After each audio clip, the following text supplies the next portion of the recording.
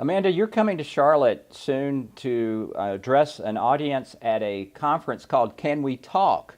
And it's going to be about the problems that Americans are having with having conversations about politics and other divisive issues. Now, you've done a lot of research on this, you've reported a lot on it. What have you found out?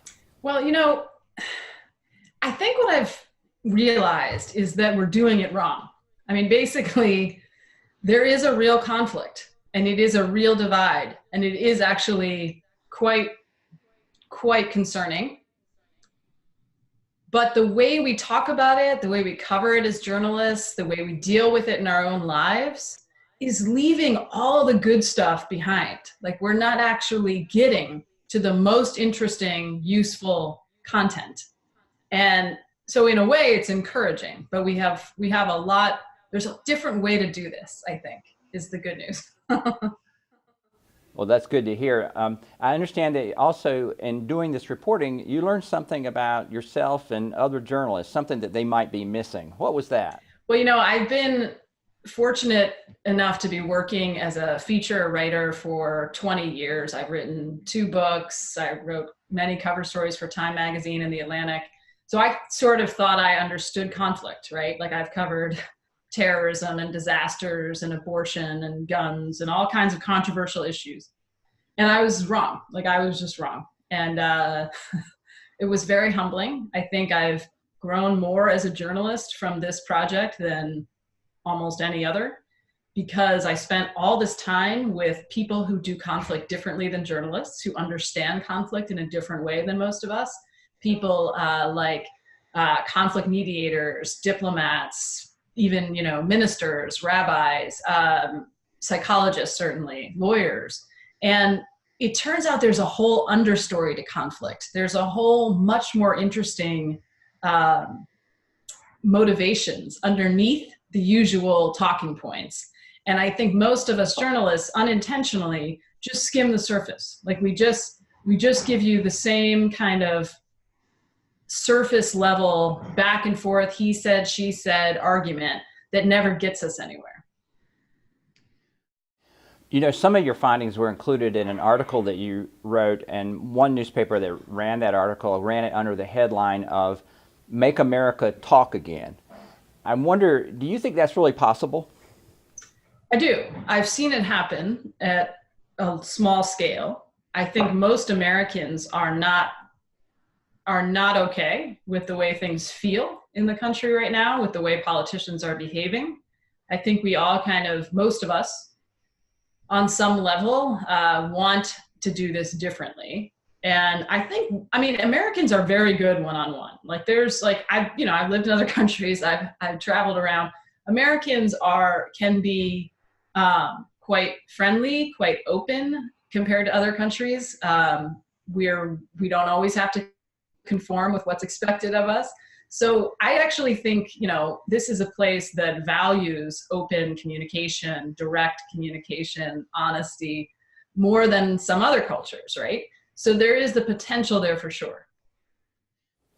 I can see how people who are experts in conflict mediation, some of whom you mentioned, rabbis, peace negotiators, diplomats, that sort, I can see how they can pull this off. But what about somebody who's just frustrated, wants to have a better conversation with someone at work, or say their next door neighbor? Yeah. I mean, that's happened to me, right? Before I started working on this,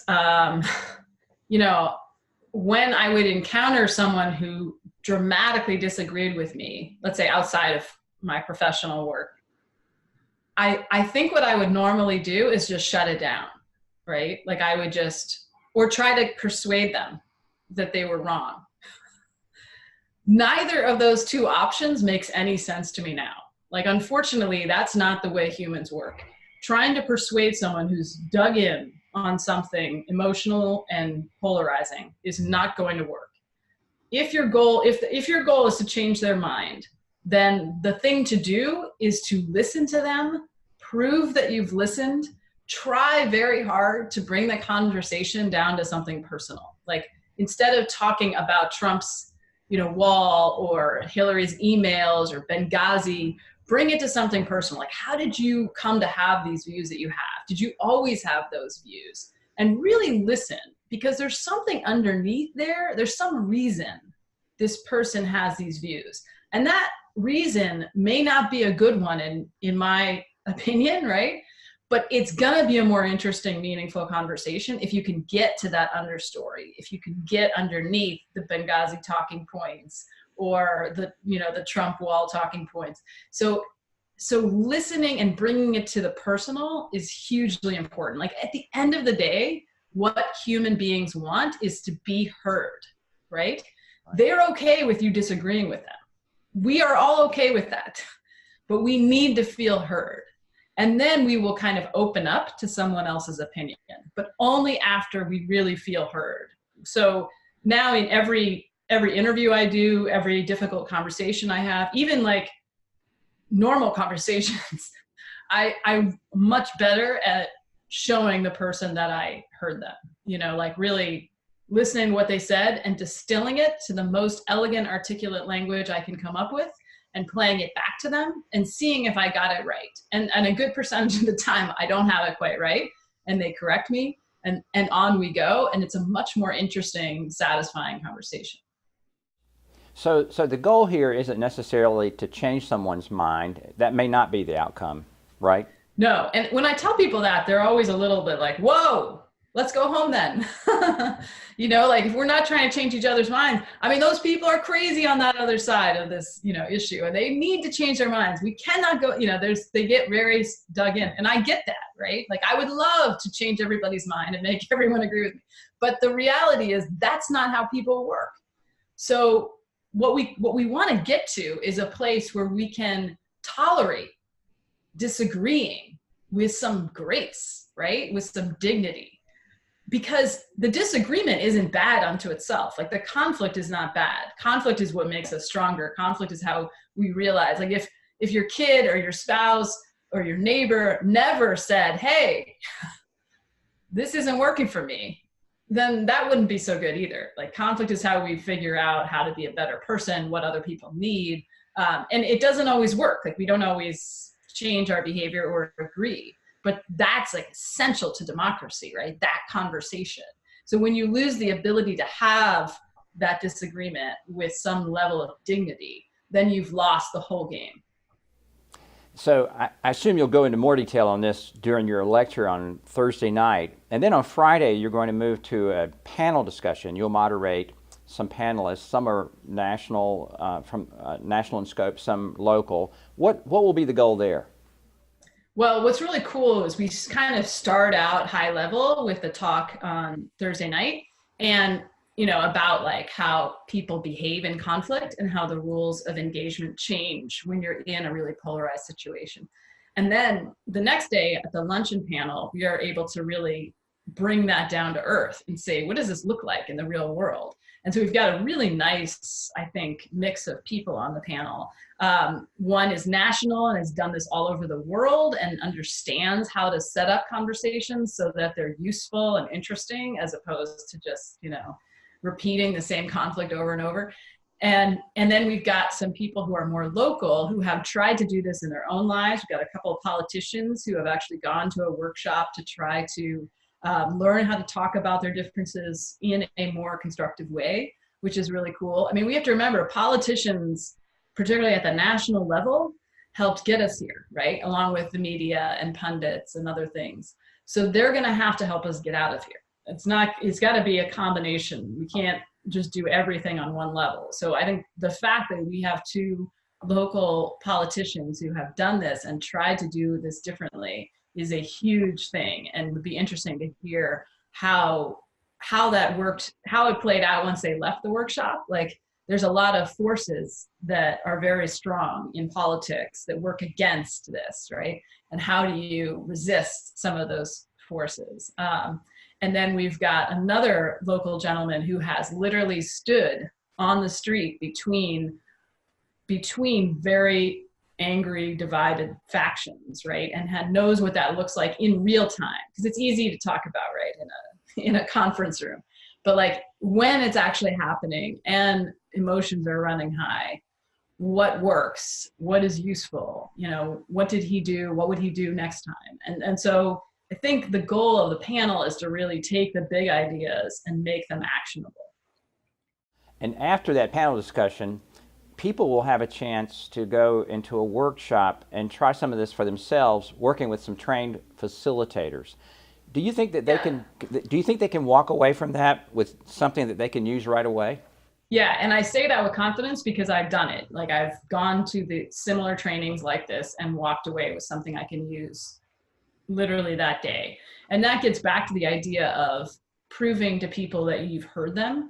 This is like this key that unlocks people's curiosity and openness, right? So that's the thing that we'll be working on, is a way. The term of art we're using is looping for understanding, which was developed by Gary Friedman, a conflict mediator who is sort of a world-renowned expert in all of this.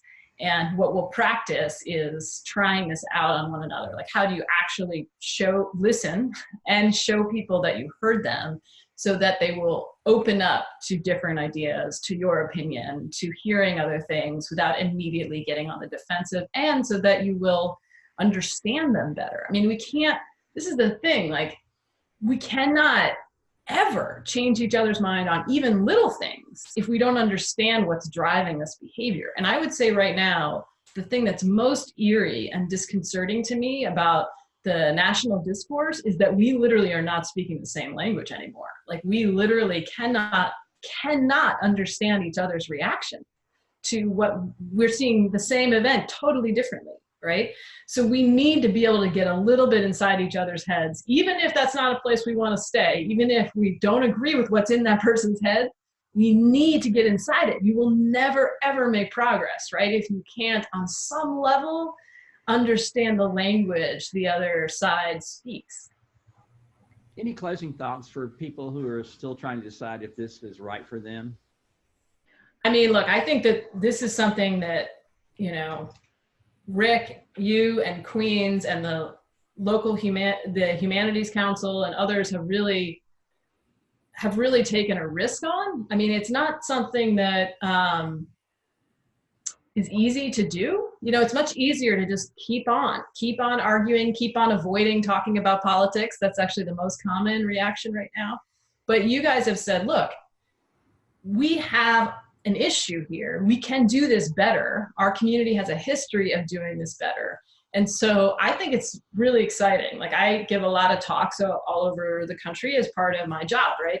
But this is the one I've spent more time on and I'm more excited about than almost any other that I've done in a very long time, because it's like uncharted territory. Like, we're using real expertise and long established skills and ideas, but we're doing it in a way that really brings in everybody, right? We're opening it to the public, we're opening it to politicians and journalists and everybody. So I think I think it's pretty exciting. I'm truly excited about it. I'm really looking forward to it. So if you can go, you definitely should. I really want to hear what you think about all of this. I want to see people try this out. I want to get feedback, and I want to keep in touch afterwards if we can. Well, we appreciate the investment you've been making, and we're very excited to have you coming to Queens. So thank you, and we'll look forward to it. Thank you for having me.